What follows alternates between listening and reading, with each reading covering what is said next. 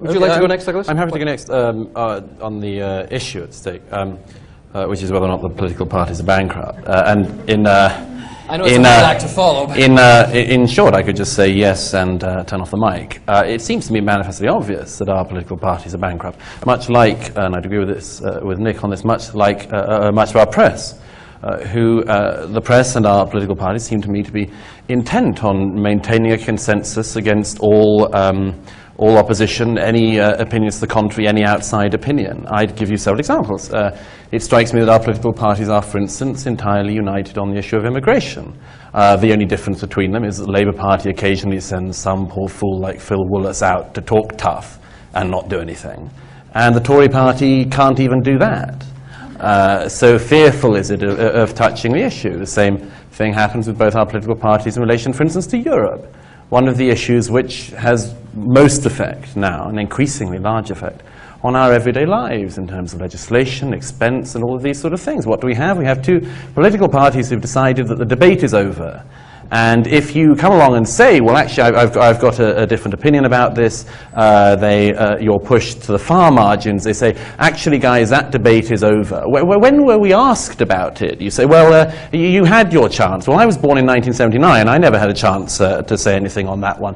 But the decision has been made for you, and this is a decision that the two main parties acquiesce in. There's almost no point, I think, on talking about the Liberal Party. I think one of the an exercise in futility. But the same thing happens with taxes. It is now as sure that your taxes will continue to rise under either main party as it is that one day you'll die.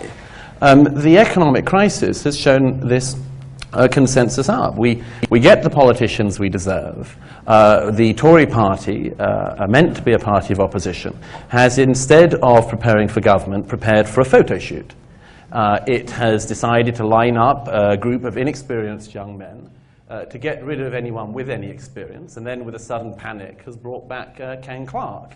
It's brought back Ken Clarke almost single-handedly to outweigh the balance. I mean this in a political sense, I understand.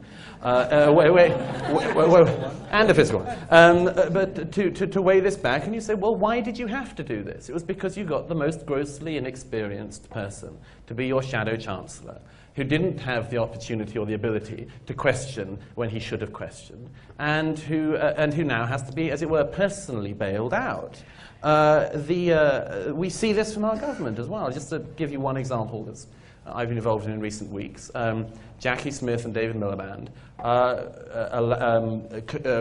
acquiesced in the banning from this country of an elected Dutch politician, Geert Wilders, for no crime.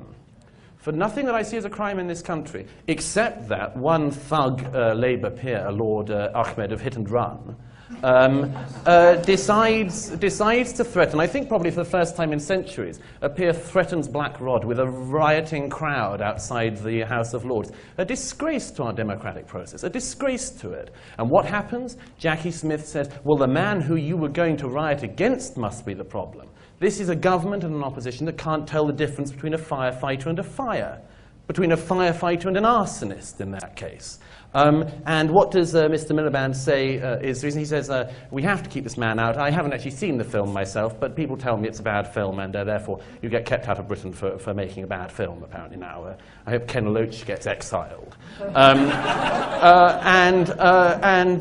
we have David Miliband coming out with, could you get a phrase that would have embarrassed George Orwell more than the following? David Miliband said, we are a government that passionately believes in freedom of speech, but you don't have the right to shout fire in a crowded theatre.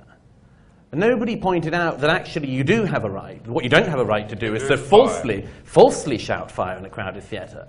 But Mr. Miliband decided that even if you were standing in the theatre, and even if it were on fire, which I submit in relation to Islamic extremism we are, you wouldn't have the right to shout fire. You should all just acquiesce in a little silence and not cause any embarrassment and all just burn to death.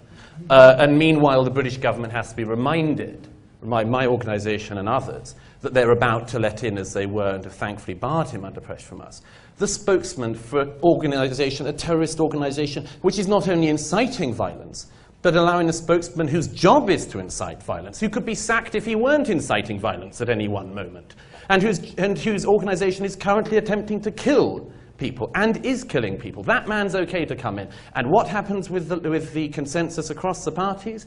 That was the attitude in the Labour Party and the Conservative Party. Keep Wilders out, but Moussaoui, nobody had asked the question. Nobody had asked the question. I'll wrap up, but I mean, it strikes me as being maybe a time which I have to say, you shouldn't really say that you're sort of looking forward to a recession. But I think there are some optimistic things to take from this, which is I think this recession is going to make us serious again as a country and as a culture, and ask again some of the questions we should have been asking long ago. That is not just to do with economics, but to do with our home affairs, our foreign affairs. I much resent the fact that the Conservatives are actually just going to inherit office. Thank you.